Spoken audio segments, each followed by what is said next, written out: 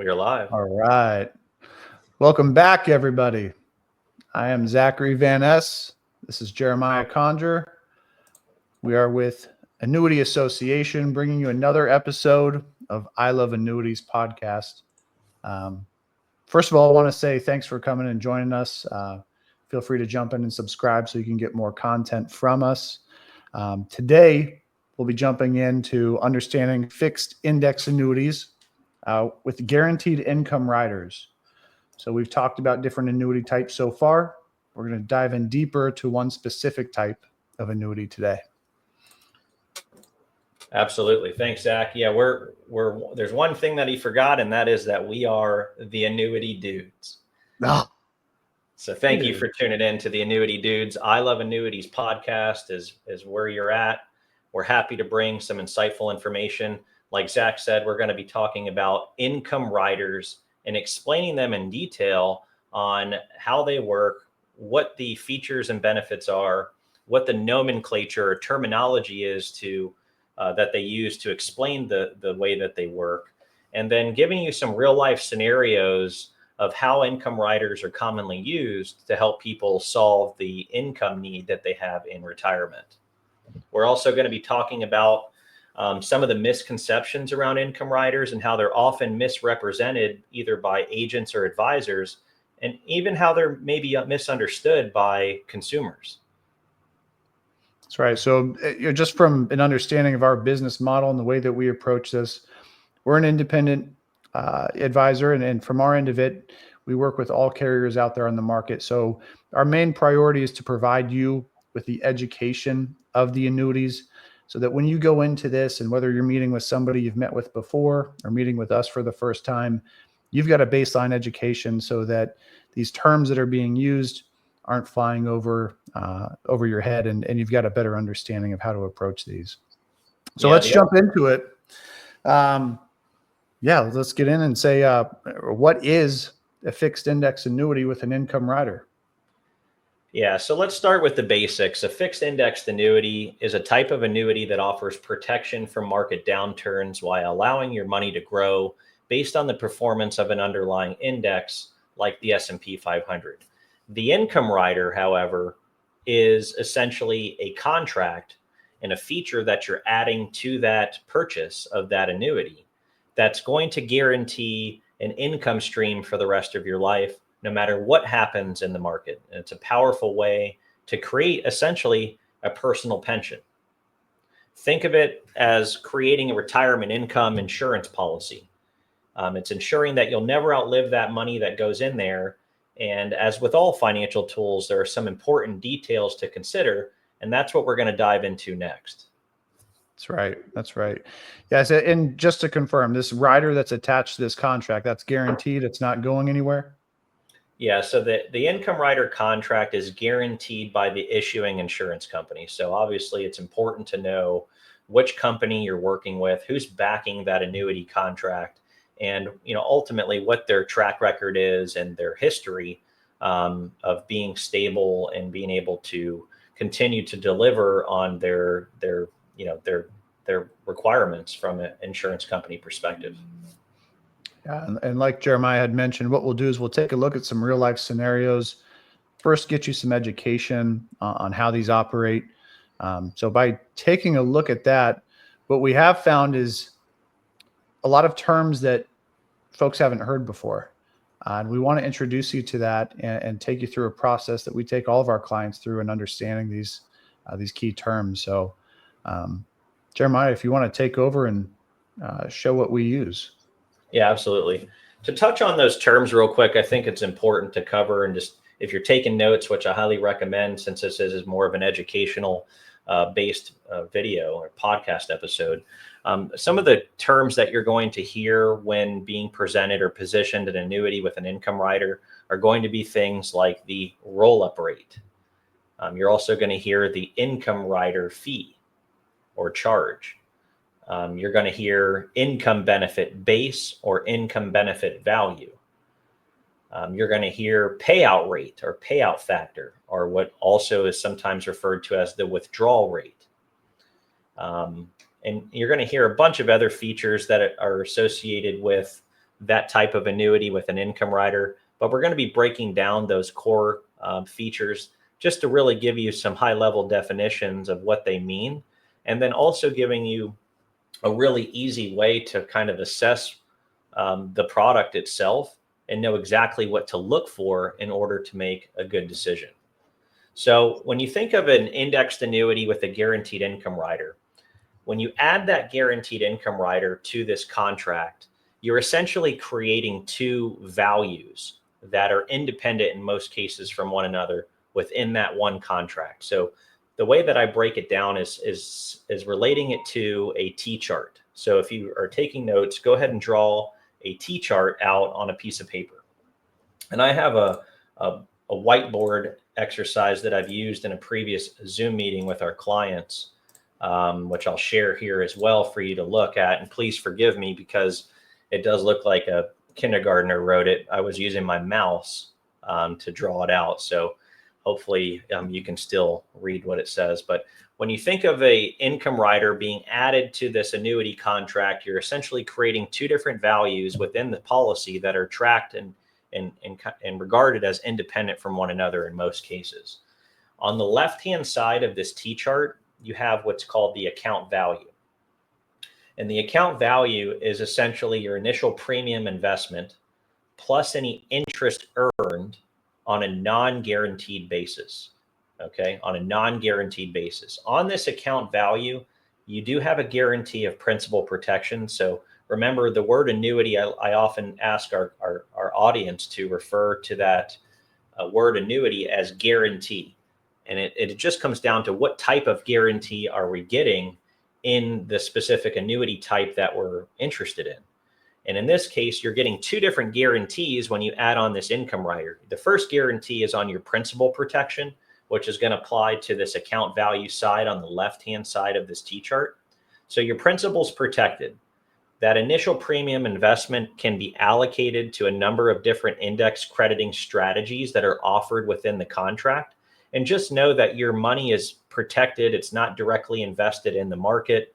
It actually just sits off on the sideline, but there are indexes that are used to gauge the performance and how that interest may be earned over time. We do say that that interest is earned on a non-guaranteed basis because there's no guarantee of those indexes performing, no different than your 401k or your stock account. We don't know what they're going to do day to day or year to year. That's no different in the indexed annuity. But the guarantee does happen to fall around the principal protection, which there is no downside risk in the event those associated indexes were to perform negatively in any given crediting period.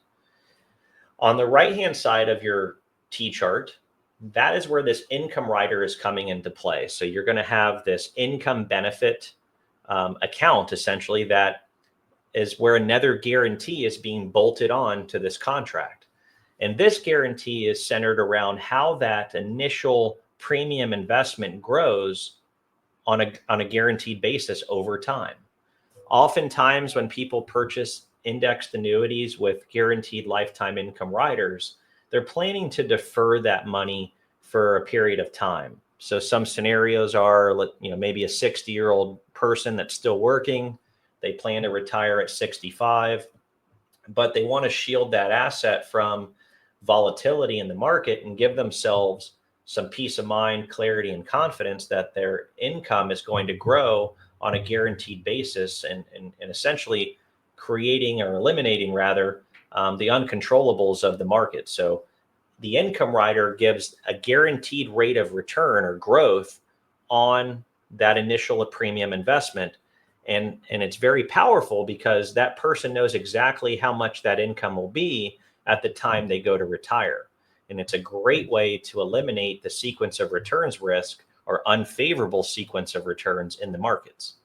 Now, some of the income rider contracts that we're seeing today, being an independent annuity advisory company here at Annuity Association, we scour the entire marketplace and look at the most competitive offers that we can find for our clients. And on these income rider roll-up rates, which is what they define as the rate of interest that's being applied to that initial premium, We're seeing those anywhere from 7 to 8% in most cases.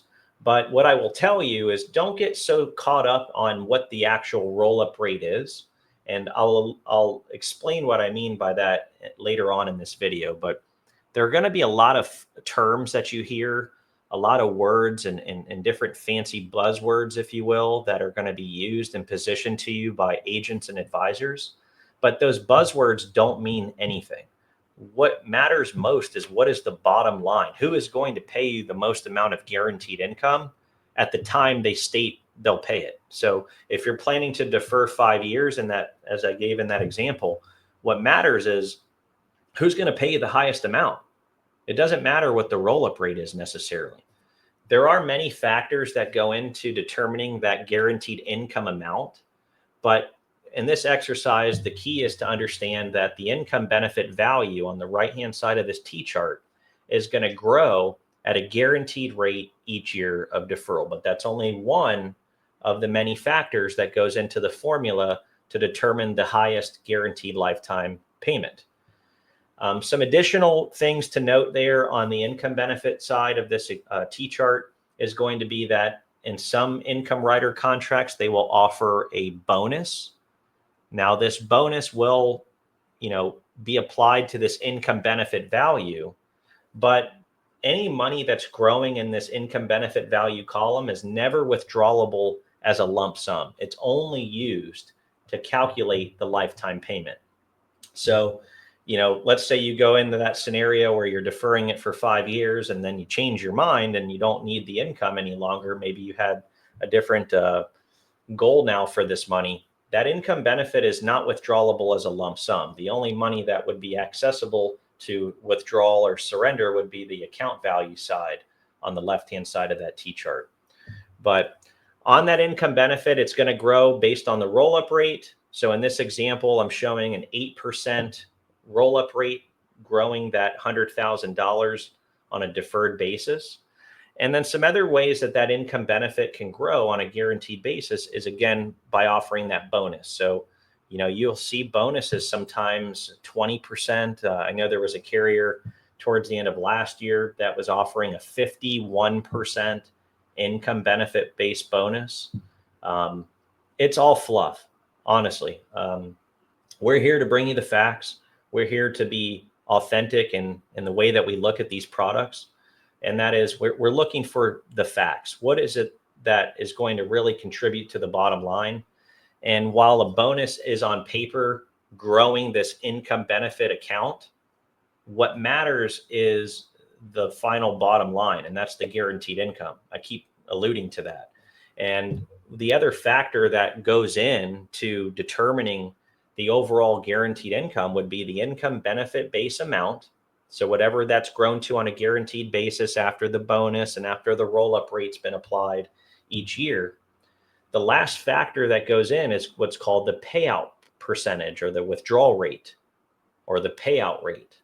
So they all refer to it as different things, but it's essentially a percentage of the total income benefit value. When you multiply those two numbers together, that'll equal the guaranteed payment. That payout rate or payout factor can be based on single life. It can also be based on joint life. Obviously, if it's joint life, it's going to be covering 2 lives. So it's going to pay a little bit less than the single life payout factor would. But that payout rate, nonetheless, is also guaranteed in the contract. So that's important to note. When you buy an annuity like this and you receive that policy in the mail, in that contract, when you go over it with your advisor, they should be showing you all of the terms and conditions, all of the account summary, as well as the income benefit rider page or specification page, which will show you the bonus, the roll-up rate, the annual fee for that rider, etc. And they should be showing you, last but not least, the payout schedule, which has all of the payout factors based on the age at the time of income election. So if it's for a single person, it would be the age of that single person that it's covering at the time of income election. Or if it's joint, there'll be a joint schedule, which will show the age of the younger of the 2 annuitants on the contract. and what that payout rate will be for the younger of those two annuitants. So it's very important. What we do for our clients is I'll highlight those things in the contract before it's mailed. That way we know exactly what to look for. The other thing to note is that these income rider contracts, they're flexible. So even though you might be deferring it for 5 years or more, if your needs change and you need the income sooner, you can activate the income at any time. In most cases, either right out of the gate. Sometimes they'll have a 1-year waiting period. But either way, you can activate it at any time you see fit.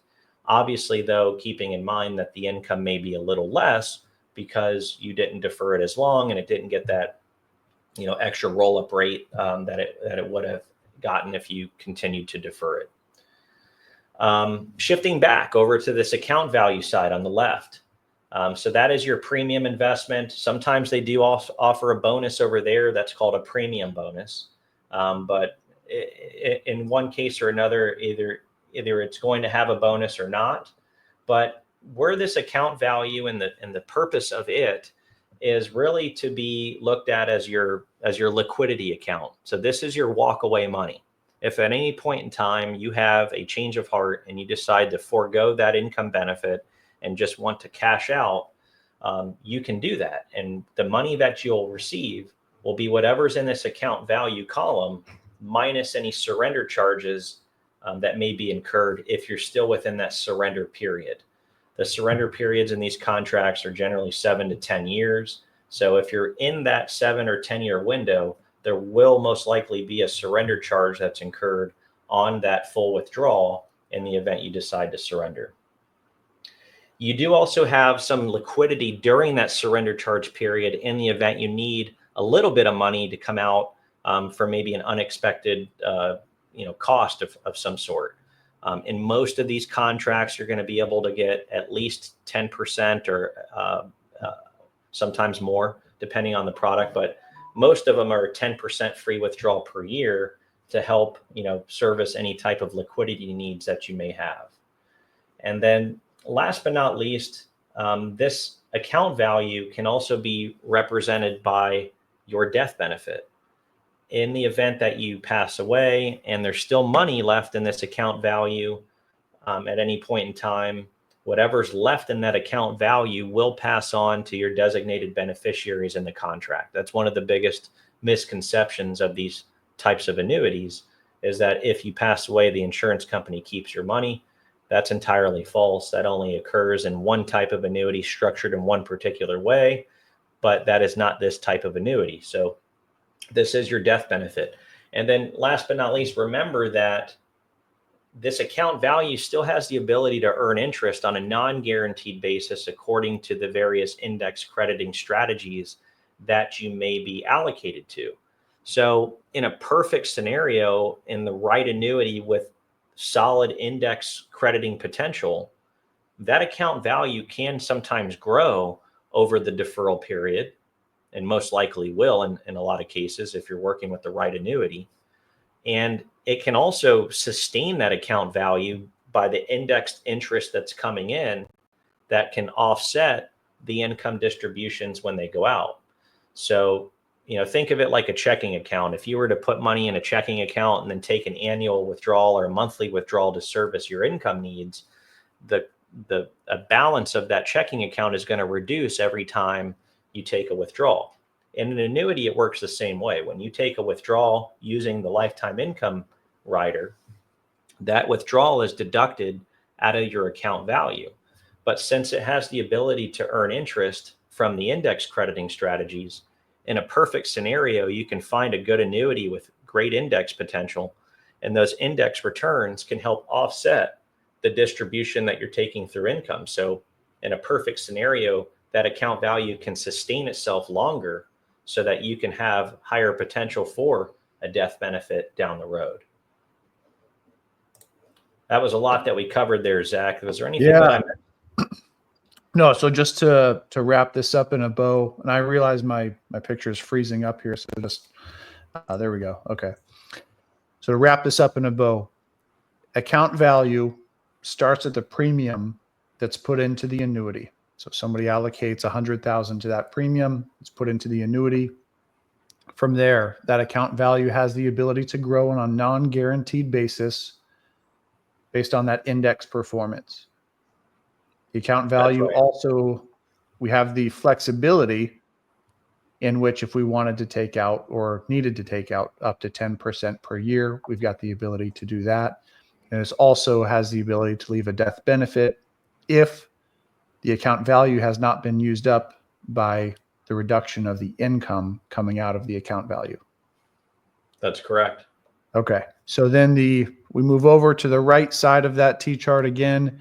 That's the income benefit base. That's a totally separate calculation from the account value, and it grows at a guaranteed rate every year of deferral.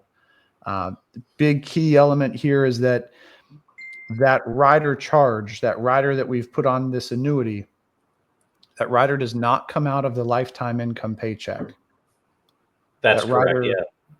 okay, that rider charge is deducted from the account value, so it never impacts the paycheck I receive every month. That's correct. And that's a good call out there, is that sometimes people think that whatever that lifetime income amount is, that they have to factor the cost of the rider.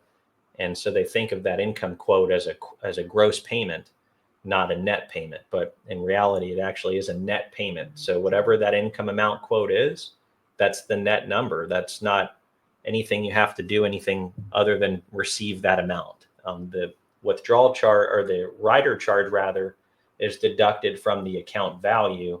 It is not deducted out of your income payment. Awesome. Okay, cool. Well, hey, I know we wanted to talk through some scenarios and just some real life client scenarios that we've had come up. Do you want to hit on one of those right now, or anything else you want to cover before we get to that?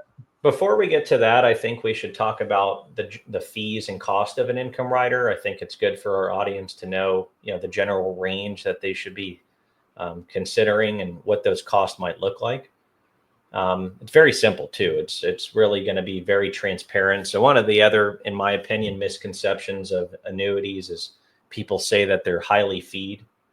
Again, if you've listened to previous episodes, that's only one type of annuity, which is a variable annuity, which can often have anywhere from 4 to 8 different fees tied to it. And those fees can range anywhere from 2 to 5% a year. But in this type of annuity, which is a fixed indexed annuity with a guaranteed lifetime income rider, the fees are very transparent, and it's really going to be in the range similar to what most people pay in a common 401k or IRA today.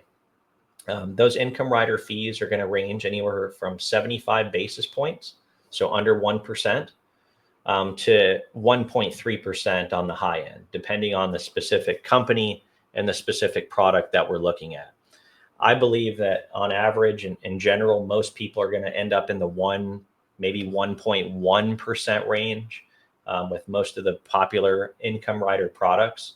But when you compare the fees of those income riders to the general fees that most people pay, and most people don't even realize they're paying these fees in a 401k or an IRA. They're normally tied to the mutual fund, or they're tied to the ETF or whatever they might be invested in. But it's going to fall in line with those average fee ranges for those 401ks or IRAs. And oftentimes I'll also let people know that, while the fees are relatively low or average compared to a 401k or IRA, really where the value is on the lifetime income rider is that you're getting a contractual guarantee of lifetime income. And there's no 401k or IRA on this planet that can offer you a contractual guarantee of lifetime income. There's no investment advisor, no offense to our investment advisor friends out there that build income plans without annuities, but they're going to charge you a fee. That fee is about 1.5% a year. And there's not an investment advisor on this earth that will write you up an income plan with a contractual guarantee of income for life. You can only get that through an annuity. So when you compare the cost of an annuity and what you're getting for that guaranteed lifetime income compared to the fees that you're charged in a general 401k, an IRA, or an investment advisor that's managing a portfolio and helping you source income from it, the fees are really, really fair, in my opinion. Yeah, it's a great point. Great point. Awesome. Well, yeah, if you like, sorry to interrupt. One more thing too, going back to that roll-up rate nomenclature. So there are different types of roll-up rates. That's something you need to be aware of. There can be simple roll-up rates, which is calculating the interest on a simple interest basis. For those not familiar with simple interest calculations, very simple. It's whatever the initial premium amount is and the initial simple interest rate or roll-up rate. Let's say it's $100,000 going into the contract, and then the roll-up rate for that contract is a 6% simple interest rate. That means that $6,000, so 6% multiplied by 100,000, $6,000 is going to be credited each year, no matter if that account value grows or not, or if that income benefit grows or not. It's going to be a $6,000 added interest each year.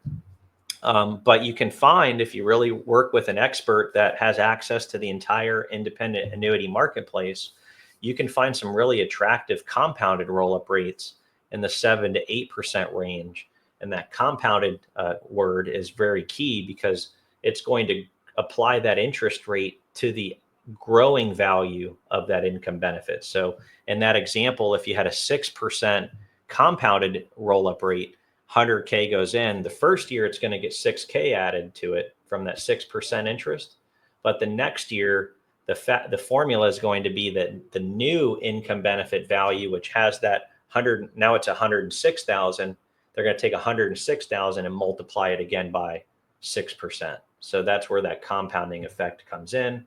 And Einstein always said that was the eighth wonder of the world. So compounded interest is your friend. there we have it. All right, awesome. But yeah, I know we really wanted to share some of what we do with our clients on a daily basis, give real life scenarios to what we're talking about, not just provide the education, but also give you a little glimpse of what this process looks like. So if you'd like to go through a scenario, Jeremiah, I know we were talking about one of your clients recently. They were 65, husband and wife, looking to start income with a fixed index annuity and just seeing where that would take them.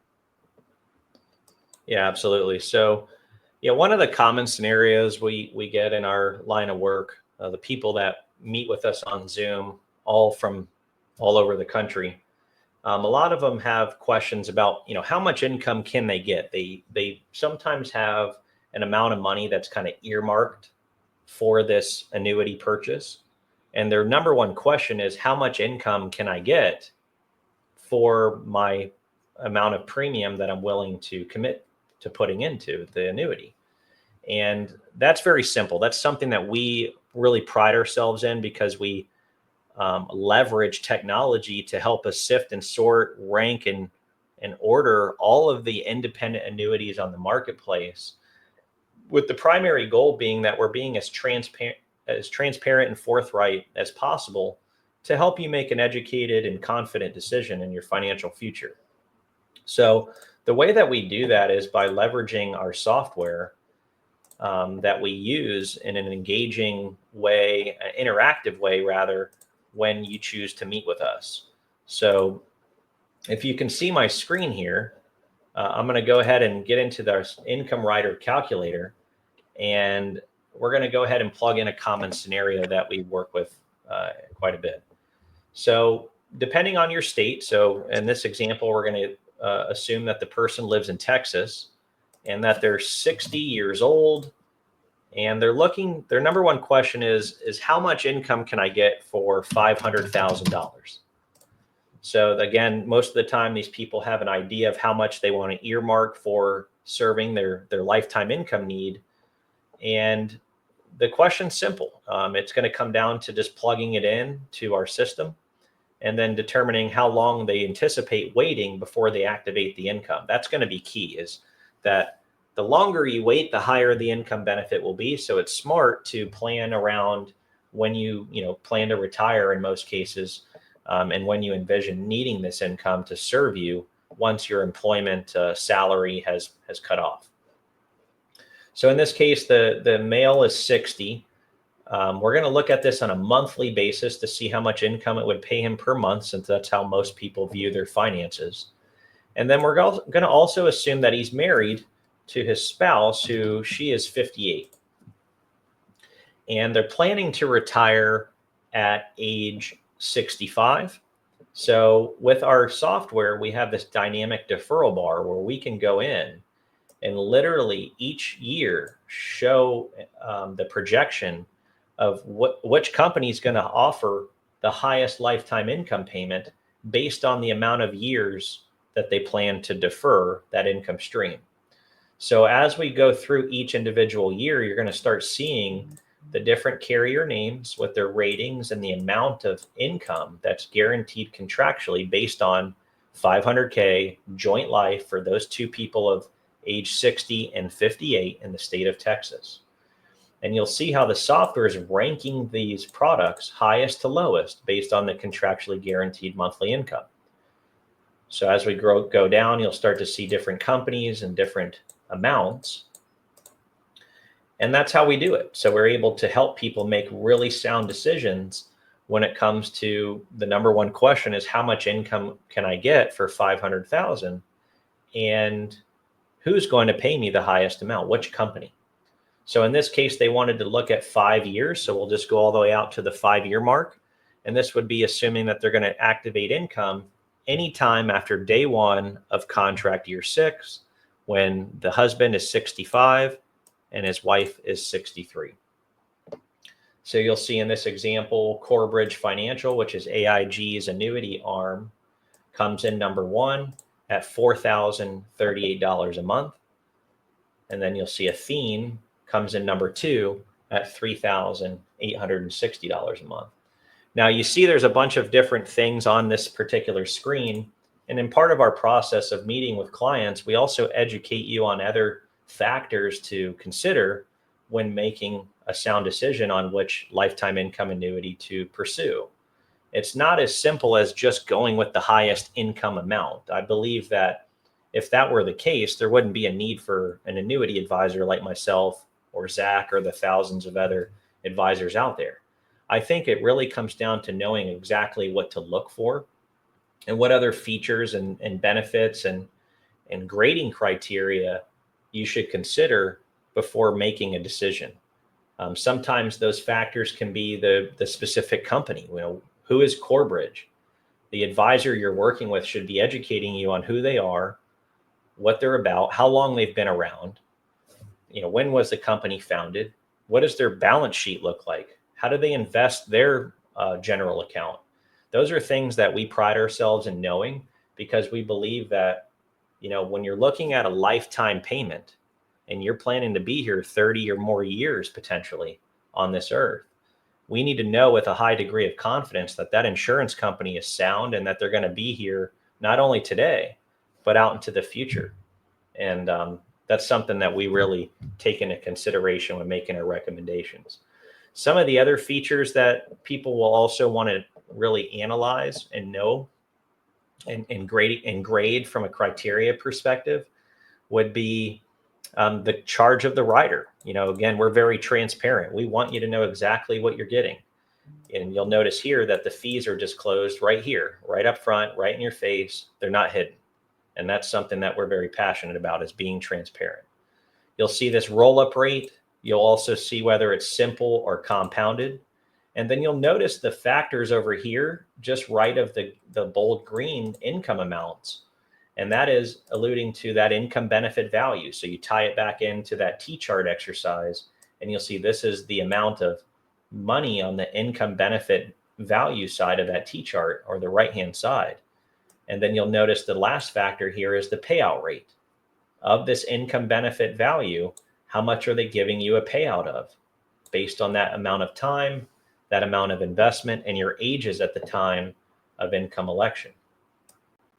And that's how you get to this number here, which is 4,038. Last but not least, you know, because these are indexed annuities, they have the ability to earn interest on a non-guaranteed basis, and that can influence your account value, which is your liquidity. That's also your potential death benefit. That's also your walkaway money. So you want to, if those things are important to you, which sometimes they're not, sometimes people only care about the lifetime income. And if that's the case, great, that makes it easy. But if you do care about that account value and how it can potentially serve your needs long-term, then we need to spend some time evaluating the indexes themselves. Not all indexes are created equal. Not all annuities offer all indexes in their policies. So you really need to know what indexes are available and what the potential for growth they can provide you. Sometimes there's good income rider contracts with bad indexes. That's actually pretty common, actually. Sometimes the highest income is not the best answer, the right answer, if you're really placing some weight of emphasis on that account value side of the T-chart. And so that's where working with an expert that can help you understand the indexes, what the potential for growth is of each one, and which company is offering the better indexes, so on and so forth. That's really important. That's critical to that decision-making process. And that's something that we do here. And you'll notice our software is showing the hypothetical back-tested return of the highest performing index for each of these annuity options.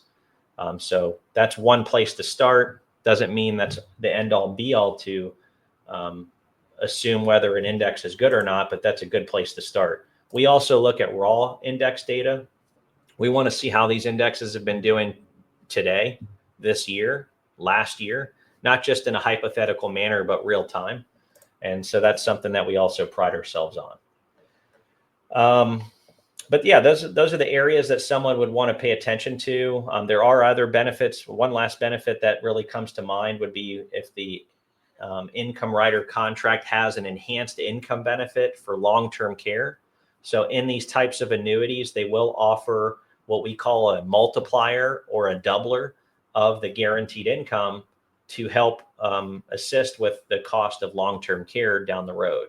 Not all of these annuities offer that. It is a feature and benefit that's in a select number of products. But if that's of importance to you and you feel like there's value there, that's again where it comes down to working with someone that really knows what they're talking about, because there are some caveats or nuances to that enhanced income benefit for long-term care that you need to know about. Sometimes that enhanced income benefit can be null and void if the account value is exhausted. Some companies have a guarantee that no matter what happens to that account value, the enhanced income benefit is guaranteed. You need to know those differences if that's important to you.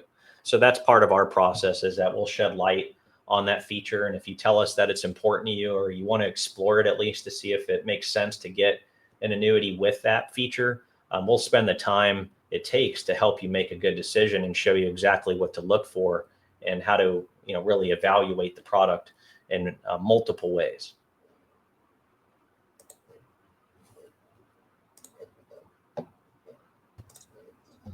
Looks like we had lost our co-host there, but he's back on now. We're back, baby. We're back. So Zach, I just covered the scenario, the 65 joint couple, 500,000 deferred 5 years. We just wrapped that up. But I know you had a couple other scenarios that you maybe wanted to cover. Yeah, I was able to see that, and I think you covered the bases really well there. And I think we'll do that. We'll cover another scenario that maybe something that may not be entirely comfortable to talk about, but we've got to consider what we're talking about as real life, and the scenarios that we run into may not be the easiest to share with everybody. But when you've got an advisor working on your side and looking out for your best interest, it is important that we have some knowledge of what's important to you and what life events you've gone through, so that we can find that right fit for you. So as maybe another hypothetical, should a loved one pass, your spouse, what kind of position does that put somebody in, and how it affects them down the road? We want to know that we've got that person in an optimal position to be able to take care of their needs and their expenses should their loved one pass. And a situation that we've seen before is that their spouse passes, and now that Social Security has been lost. But that can really affect somebody in the long term, and not just short term while you're dealing with the grieving process, and more focused on that exact moment and that time that you're in. The last thing you really want to have to think about is, how do I pay the bills? Yeah, So absolutely. we've got something else that we can take a look at in that scenario. Yeah. So another scenario that's fairly common within our firm is at the time of a spouse predeceasing another, that surviving spouse is left in a tight spot. And this may be due to planning that, or maybe a lack of planning that never really occurred when it should have. And that was to mitigate the risk of losing the lesser of the two Social Security incomes that they've been, relying and counting on to service their income needs in retirement. So for many of you that already know, when a spouse passes, one of the two Social Securities is going to be foregone. And the one of the least amount will be the one that is foregone. And then the surviving spouse will keep the higher of the two Social Securities. So in that situation, there's still a loss of income. And while expenses may be reduced to a degree, the research shows sometimes that the expenses can reduce as much as 25% when a spouse passes. One thing that's for sure is that there's also potential that expenses can increase because you're maybe going about and doing things more than you did when your spouse was at home, because you're trying to kill the free time that you have, and you don't want to be alone. In addition, as you age, the healthcare costs are increasing. So there's research that kind of contradicts the 25% decrease in expenses too. So we like to just consider it. Let's not assume that expenses are going to decrease at all. What we do know, and the facts that we have, is that you've built your lifestyle based on a certain amount of income, and that's what you're comfortable with. And that's what you're counting on each month to be in your checking account when you need it. And when you're losing income, and oftentimes we see the Social Security income amounts that are being foregone once the spouse passes, anywhere from $1,800 to as high as $2,500 a month. And that's a pretty significant blow to someone's bottom line, especially when you're considering that they're no longer working. They don't really have any other income streams to count on, and they've built their life on that fixed income stream being there. So it's a really tough pill to swallow when a spouse passes, and now they're having to figure out, how can I get more income? And so with that being said, sometimes those clients will come to us looking to fill that void, and that's where we can truly help them. And we can do it a number of ways. But in the scenario that I'm going to show you now, it's going to be kind of reverse engineering this income need. So rather than just considering a lump sum of money to put in and figuring out how much income you can get, we know exactly how much income has been lost, and we know how much needs to be filled. How much do we need to fill that void and that gap to make that person whole again from a financial perspective? And so let's assume the surviving spouse is a female, and she's, let's just say, 70 years old, and her husband passed away, and she's now left with a situation of needing income to offset the loss of that Social Security. And so we know that she was getting $1,800 a month, and she's looking for this income to start immediately. She wants it to start right out of the gate. So what we'll do is we'll go to this deferral bar here, and we'll go ahead and drop it down to 0 years. And now what we're doing is reverse engineering what this premium amount would be, what premium amount would be required in order to generate that $1,800 a month on a guaranteed lifetime basis, so that this income will cover her for as long as she lives, as long as she has a pulse, and she can live with peace of mind knowing that she doesn't have to manage finances to get income. She doesn't have to trade stocks to get income. She doesn't need to buy bonds and hope that the coupon rates are high to get income. She can really have peace of mind and clarity that this income is going to pay her like a private pension, and it's going to pay her for the rest of her life. And so What the software is doing here is it's ranking the options based on the least amount of premium needed to get that amount of income. So we'll see Nationwide comes in number one at $262,774. The next option would be Fidelity and Guarantee Life. And the initial premium needed to secure that $1,800 a month guaranteed would be $265,031. And then last but not least, Corebridge rounding out the top three at $266,667. And so, you'll notice all the other companies and how they stack up. It requires more premium to get the same amount of income. And our goal is to help, really help you meet your needs and do so with your best interest in mind. And that is who can give you that income that you need and that you want to count on every month, no different than when your spouse was here.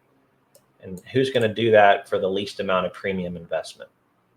And that's how we would figure out that scenario, is by reverse engineering it, inputting the amount of money you want, and then equating how much premium would be needed to get it. Last but not least on that scenario, that also is another scenario in a similar fashion with people that come to us where they're trying to offset the loss of a pension. I can't tell you how many people come to us where they have a pension, either their spouse has a pension or they have a pension, but they only have single life on that pension, meaning if they die, that pension goes away. That's a huge blow when you factor in the pension being lost and the Social Security being lost in the event that spouse passes. But it works the same way. We can help offset the loss of Social Security. We can also help offset the loss of a pension. So either one of those scenarios, we're happy to help in any way we can. If I can interject just on some information you had shared, don't share it yet, but what you were just showing in the results of the search options, and I may have been out of the meeting when you mentioned this, but we saw some options which had a bonus, some that didn't.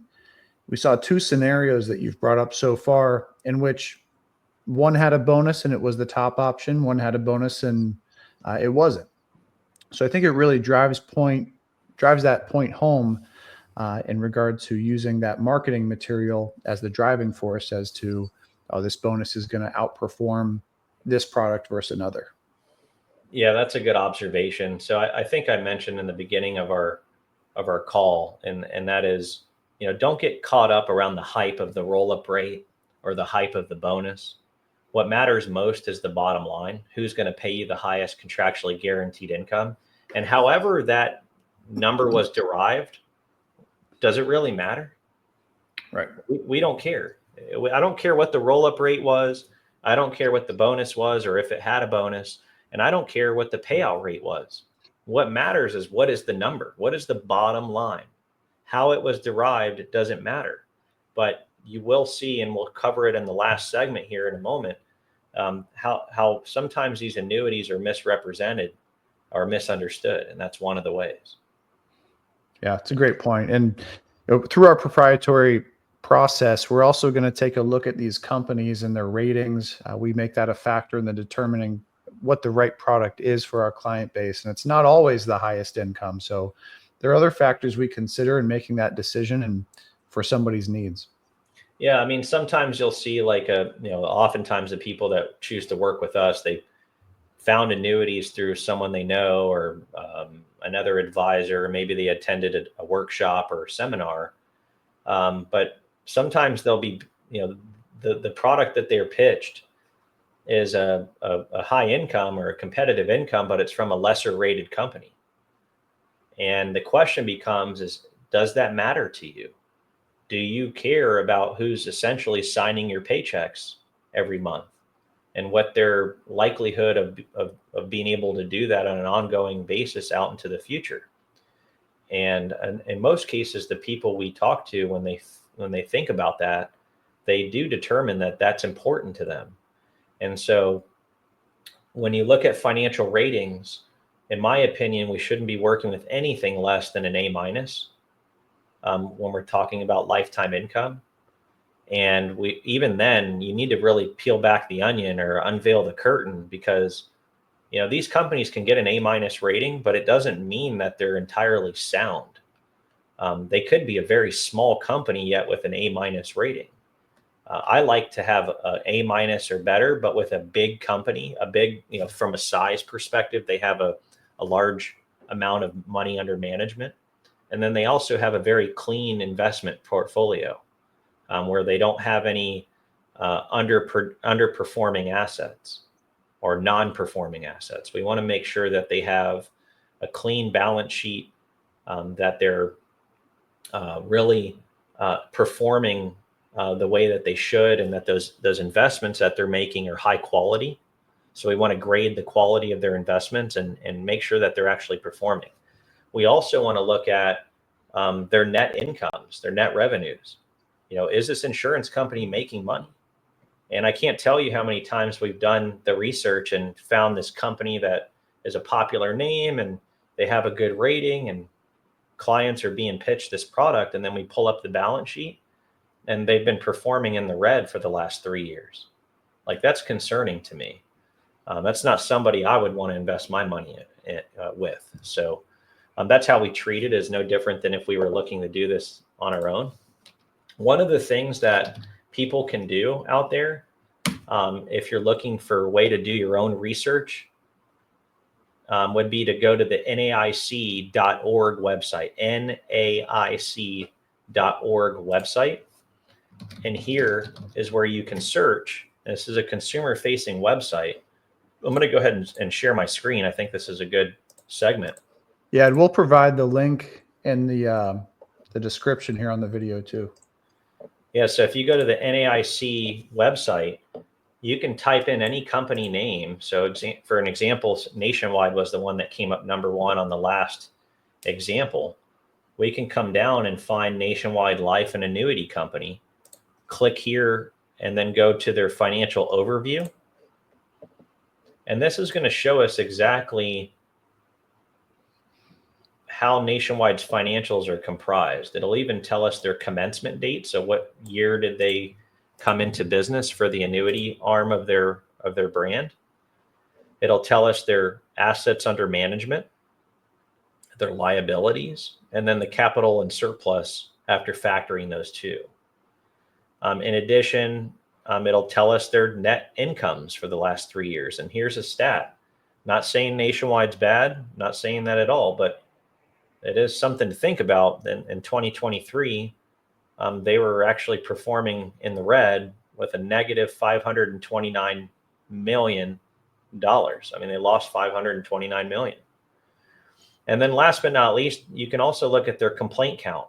Nationwide's a great company in most cases, so I'm not surprised to see that their complaint count's very low. But you can do this with any of the insurance companies. And this is a public-facing website, so you can do your own homework there. In addition, there are ways to pull another third-party resource for the analyzation of these insurance companies. One of those would be what we call the vital signs of the particular company, where they're taking a more in-depth look at the investment holdings. What is Nationwide investing their portfolio in, and are those assets performing or non-performing? They'll also analyze the quality of those investments. Normally, quality, we're referring to bonds. So when we're looking at bonds, there's different quality or grades of bonds. And so when we look at this, so let me share my screen here. This is an example of a vital sign, of the vital signs for Nationwide. So when we come here, we can look at all of their ratings from the different credit rating agencies. Again, their assets and liabilities. But where I really like this is on the actual investment pie chart here. So if you notice, 72% of Nationwide's portfolio is comprised of bonds, 18.5% on mortgages, so on and so forth. And then we can look at what their yield is on their portfolio. And then what percentage of their investments are non-performing assets. And for a carrier to be graded A plus like Nationwide, to get that prestigious rating, typically they're going to have less than 1% in their overall investment portfolio and non-performing assets. So in this case, they only have 10 basis points of non-performing assets. In this case, it's in their bond portfolio. And then if we look at their overall bond quality, we'll see that 44% of their investments in bonds is of the highest quality in class 1, and then 51% in class 2, so on and so forth. So you should be really working with an annuity expert that can break this stuff down for you. Not saying that it's required to make a good decision, but when you're really thinking about the long-term effects of making a bad decision, I think it's worthwhile to spend a few minutes with an expert that can help you navigate this decision and back it up with factual data to help you make an educated decision. Everybody wants to make an educated decision when it comes to their hard-earned dollars. Yeah, that's a great point. And the common name for this annuity type is a sleep at night annuity. In order to do that, we need a company who can make us sleep well at night.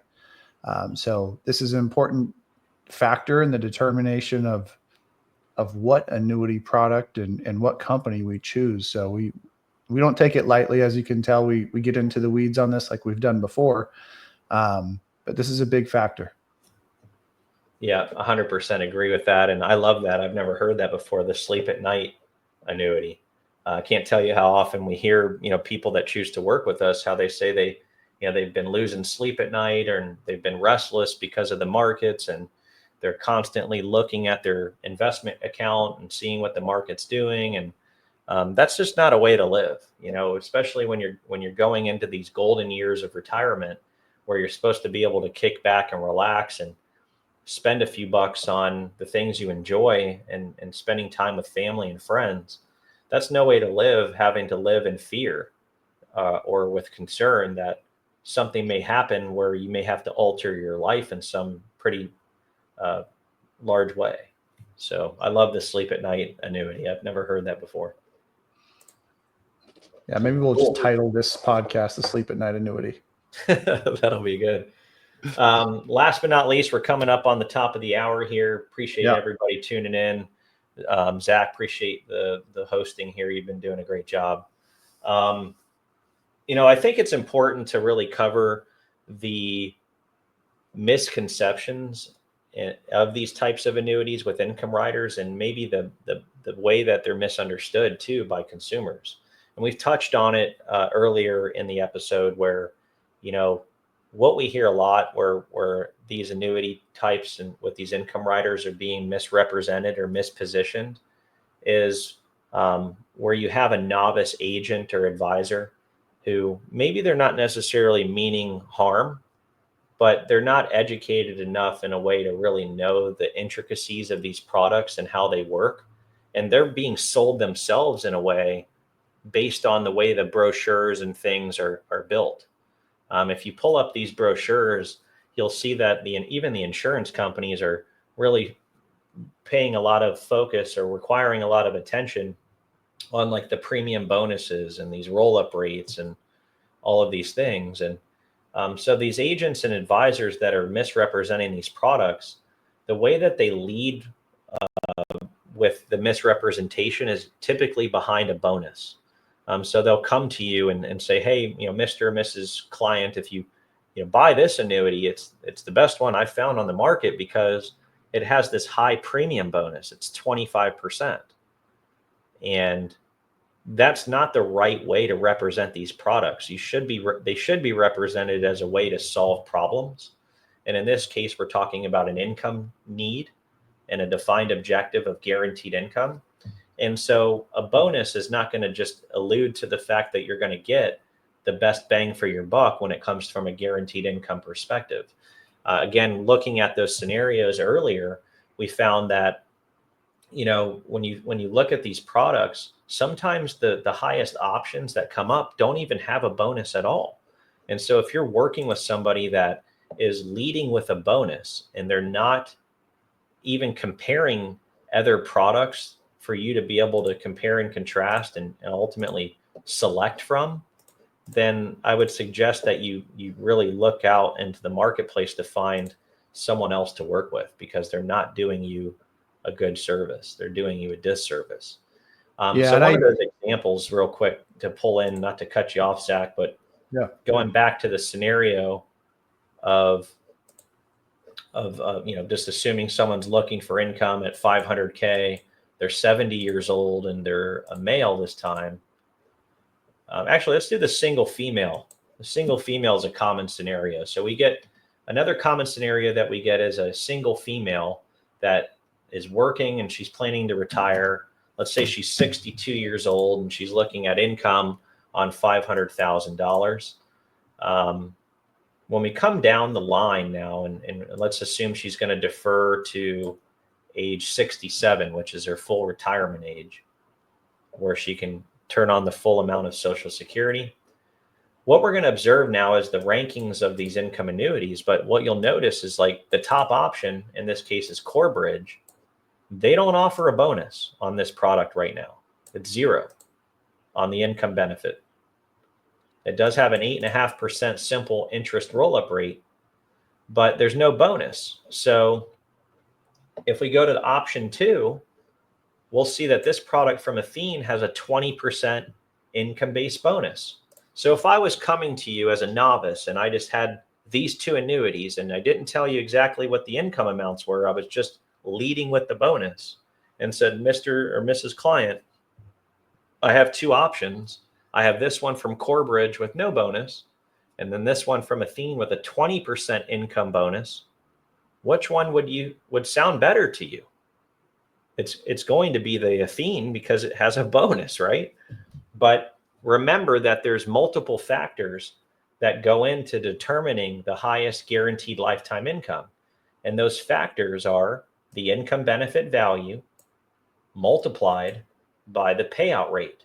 And in this case, if you notice with Corebridge with 0 bonus, the reason that they're higher on the guaranteed income is because they have a higher payout rate at 7.8%. If you come down to Athene, they're offering a bonus. Their income is less, and that's because their payout rate is less at 6.45%. So again, don't go and make a decision solely based on a bonus. It doesn't matter. The roll-up rate doesn't matter. What matters is the highest guaranteed income.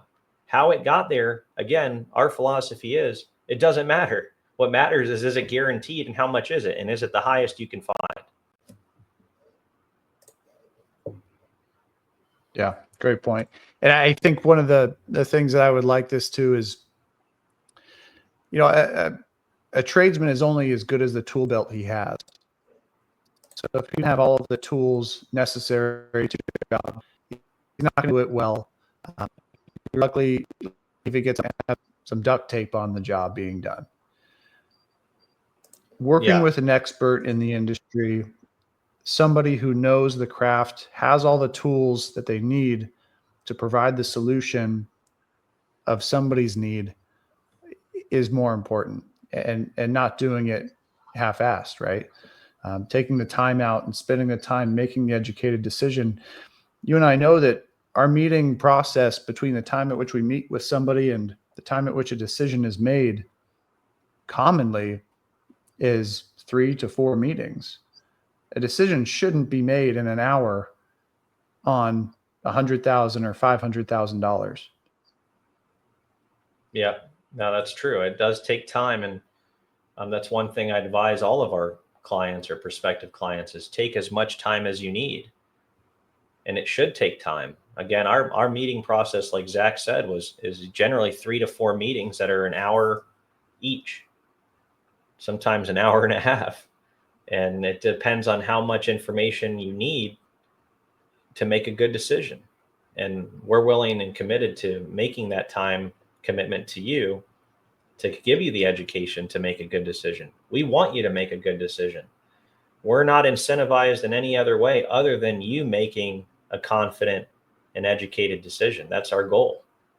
And that's why we've developed this process is, when I was starting out in this industry, I wanted to know exactly how I could make the best decisions and recommendations for my clients. And so what I did is the homework to learn what are all the things that need to be considered when making an evaluation of all of these different options. Because when you look at the marketplace and you see there's hundreds of them, how in the heck do you make a good decision without factual data?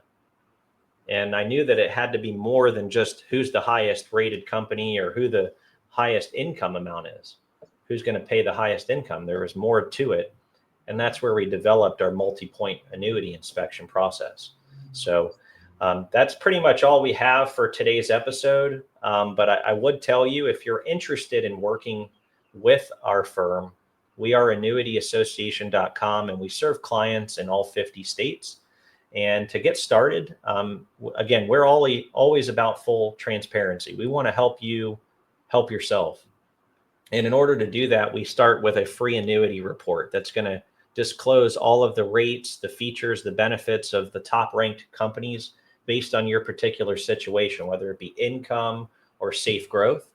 And the first way to get started is to go to annuityassociation.com. Right there on the main page, you can click the green button to request your free annuity report. I'll also include a link in the show notes and description here with a direct link to access or request that free report. And then when you're ready, once you start getting enough information and you want to now work with an expert that can help you decipher it and comb through it all and compare and contrast, sift and sort all of those options, you can schedule a meeting directly in the show notes here. I'll include a Calendly link that you can schedule a time to speak with our team of advisors, and we'll help you make a better annuity buying decision, which is our number one goal. So with that being said, appreciate everybody tuning in. This is Jeremiah Konger and Zachary Van Es. Who are we, Zach? We are the Annuity Dudes. You missed it, man. I didn't. It cut out. I'm going to have new internet next time. Yeah, you got to get a faster connection. But this is the Annuity Dudes signing off from the I Love Annuities podcast, hosted and powered by annuityassociation.com. Have a great day. Take care of one another. Thank you so much. Like and share, ring the bell. I think that's what they say on YouTube. See ya.